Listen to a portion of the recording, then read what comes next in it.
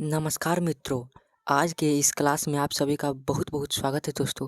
तो आज मैं इस वीडियो में साइंस का मोस्ट इम्पोर्टेंट ऑब्जेक्टिव क्वेश्चन कराने वाला हूं, जो 21 फरवरी के पेपर में आपको देखने के मिलेगा मेरे भाई। तो वीडियो को एंड तक देखना और सभी प्रश्नों को याद कर लेना, क्योंकि ये सब प्रश्न गेस हैं और आपके बोर्ड एग्जाम में आने की संभावना बहुत ज़्यादा है। तो चलिए वीडियो की शुरुआत करते हैं। उससे पहले मैं आपसे एक छोटा सा रिक्वेस्ट करता हूँ कि अगर आप हमारे चैनल पर नए हो तो चैनल को जरूर सब्सक्राइब कर लेना, और वीडियो अच्छा लगे मेरे भाई तो एक लाइक कर देना, ठीक ना। तो पहला नंबर प्रश्न आपके सामने यहाँ पे करा कि प्रकाश की किरणें गमन करती है। यह प्रश्न 2017 और 2020 में पूछा है मेरे भाई। मैं उम्मीद करता हूँ कि 2025 में भी यह प्रश्न आपके बोर्ड एग्जाम में देखने को मिलेगा, ठीक ना। तो प्रकाश की किरणें गमन करती है, सही बच्चों को आता होगा कि प्रकाश की किरणें हमेशा सीधी रेखा में गमन करती है। ये आंसर बिल्कुल सही होगा। प्रकाश की चाल सबसे ज़्यादा कहाँ होती है? तो मेरे भाई निर्वात में होती है। और कितना होता है कमेंट में बता देना, निर्वात में कितनी चाल होती है, ठीक है।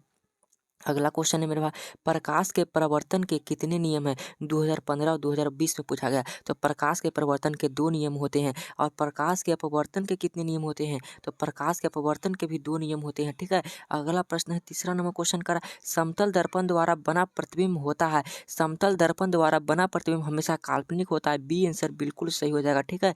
चौथा नंबर क्वेश्चन है, क्या करा है, पढ़ो ध्यान से। उत्तल दर्पण में बना काल्पनिक प्रतिबिंब होता है। तो उत्तल दर्पण होता है, उसमें बना काल्पनिक प्रतिबिंब हमेशा सीधा और हरासित होता है। हरासित का मतलब है छोटा, ठीक ना, और हमेशा सीधा होता है, ठीक है। कहता है दर्पण सूत्र है न्यून में कौन है जो दर्पण का सूत्र है? तो दर्पण का सूत्र 1/व्यू प्लस 1/यू बराबर 1/एफ होता है। ये आंसर बिल्कुल सही हो जाएगा। 2020 और 2021 में पूछा गया, 2025 में भी यह प्रश्न जरूर आएगा। कहता है दाढ़ी बनाने के लिए कौन सा दर्पण उपयुक्त है? तो यह प्रश्न कितना बार पूछा गया? 2011, 15, 16 और 2021 में। उम्मीद पक्का कहता हूँ दावे के साथ 2025 में भी यह प्रश्न छप जाएगा। तो दाढ़ी बनाने के लिए मेरे भाई अवतल दर्पण का प्रयोग करते हैं, ठीक है। अगला प्रश्न है, किस लेंस द्वारा उत्पन्न आवर्धन का ऐसा मात्रक क्या है? 19, 21, 22 और 2025 में भी आ गया। तो वो किसी लेंस द्वारा उत्पन्न आवर्धन का ऐसा मात्रक विहीन होता है, ठीक है। डी आंसर बिल्कुल सही हो जाएगा। अगला प्रश्न है, लेंस के मुख्य फोकस की संख्या कितनी होती है? तो लेंस के मुख्य फोकस की संख्या 2 होती है। ये आंसर सही हो जाएगा मेरा भाई।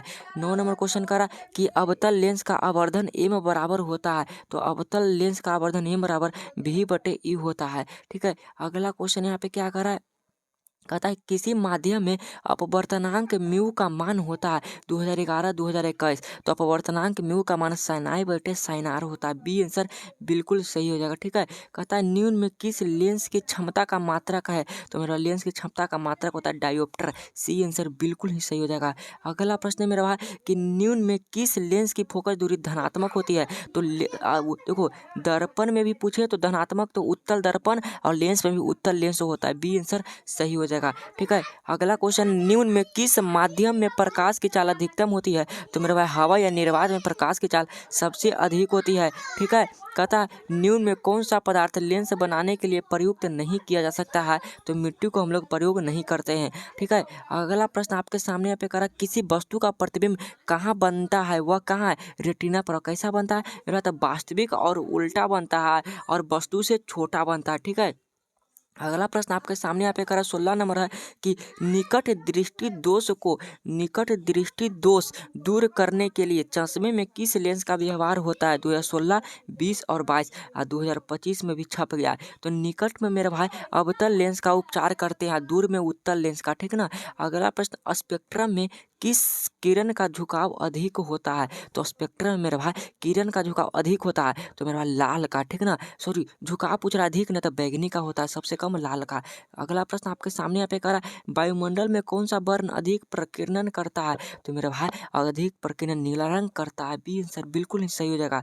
20 नंबर क्वेश्चन करा, विद्युत आवेश का ऐसा मात्रक होता है? तो विद्युत आवेश का ऐसा मात्रक कूलम होता है। डी आंसर बिल्कुल ही सही हो जाएगा। अगला प्रश्न आपके सामने 21 नंबर क्वेश्चन करा, एक माइक्रो एम्पियर का तुल्य कितना प्रतिरोध विद्युत माने 1 माइक्रो एम्पियर के तुल्य कितना विद्युत धारा होगी? 2018, 21, 22। इसका जवाब आप कमेंट में बताना। 21 नंबर क्वेश्चन का जवाब कमेंट में मेरे भाई, ठीक है। अगला प्रश्न आपके सामने है, धारा मापने में किसका उपयोग होता है? तो धारा मापने में एमीटर का उपयोग होता है। विद्युत धारा का ऐसा मात्रक क्या होता है? तो विद्युत धारा का ऐसा मात्रक एम्पियर होता है, ठीक है। 23 नंबर क्वेश्चन आपके सामने यहाँ पे करा कि विभवांतर का ऐसा मात्रक होता है। 2015, 16, 20 और 2025 में छप गया प्रश्न। तो विभवांतर का ऐसा मात्रक वोल्ट होता है। सी आंसर बिल्कुल ही सही हो जाएगा।